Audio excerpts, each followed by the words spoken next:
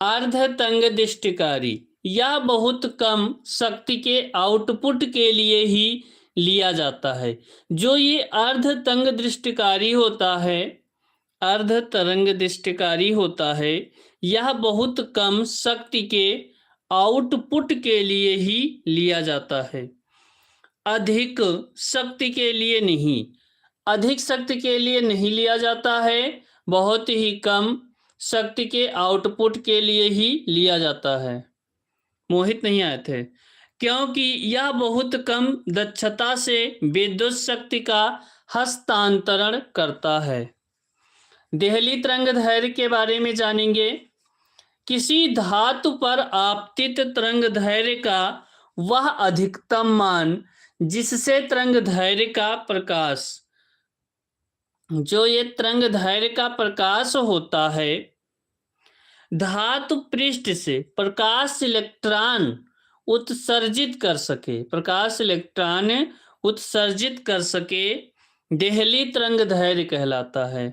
देहली तरंगदैर्घ्य कहलाता है। इसे लैम्डा 0 से व्यक्त करते हैं। जो ये देहली तरंगदैर्घ्य है, इसे लैम्डा 0 से व्यक्त किया जाता है। सूत्र होता है लैम्डा 0 बराबर C/V0। ये हो जाएगा देहली तरंगदैर्घ्य का सूत्र।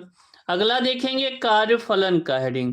कार्यफलन का हेडिंग है किसी धातु पर आपतित प्रकाश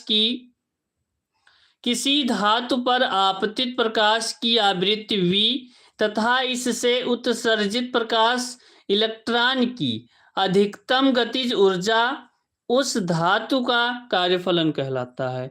जो ये कार्यफलन है, किसी धातु पर आपतित प्रकाश की आवृत्ति V तथा इससे उत्सर्जित प्रकाश इलेक्ट्रॉन की अधिकतम गतिज ऊर्जा उस धातु का कार्यफलन कहलाता है।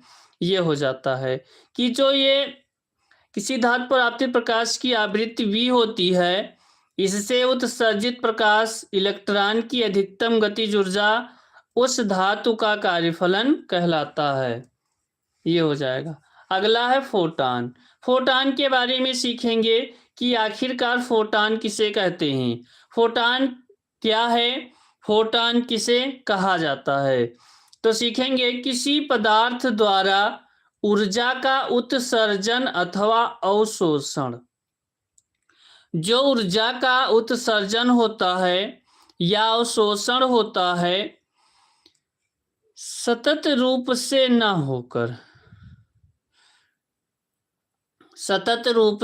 होकर ऊर्जा के छोटे छोटे बंडलों अथवा पैकेटों के रूप में होता है। सतत रूप से नहीं होता है, ऊर्जा के छोटे छोटे बंडलों अथवा पैकेटों के रूप में होता है, जिन्हें फोटॉन कहते हैं। ये हो जाएगा फोटॉन। अगला है प्रकाश वैद्युत प्रभाव। चलिए प्रकाश वैद्युत प्रभाव भी जान लेते हैं। धातुओं पर प्रकाश के आपतित होने से इलेक्ट्रॉनों के उत्सर्जन की घटना को प्रकाश वैद्युत प्रभाव कहते हैं। जो इलेक्ट्रॉन होता है और जो धातु होते हैं, जब धातु पर प्रकाश आपतित होता है, धातु पर प्रकाश आपतित होता है, तो इलेक्ट्रॉन के उत्सर्जन की घटना प्रकाश वैद्युत प्रभाव कहलाती है। ये हो जाएगा आप सभी का। चलिए, तो ये सब हेडिंग बताया गया है, थोड़ा बहुत और सिखाया जाएगा, ऐसी बात नहीं है। इधर एक हेडिंग है विशिष्ट प्रतिरोध का। तो विद्युत क्षेत्र की तीव्रता तथा धारा घनत्व के अनुपात को चालक का विशिष्ट प्रतिरोध कहते हैं।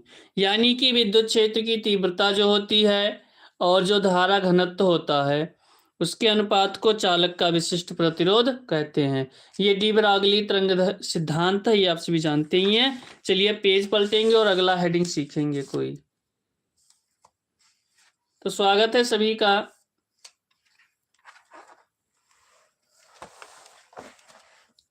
हम यहाँ पर नया पेज ले चुके हैं। चलिए क्लास कंटिन्यू कराएंगे।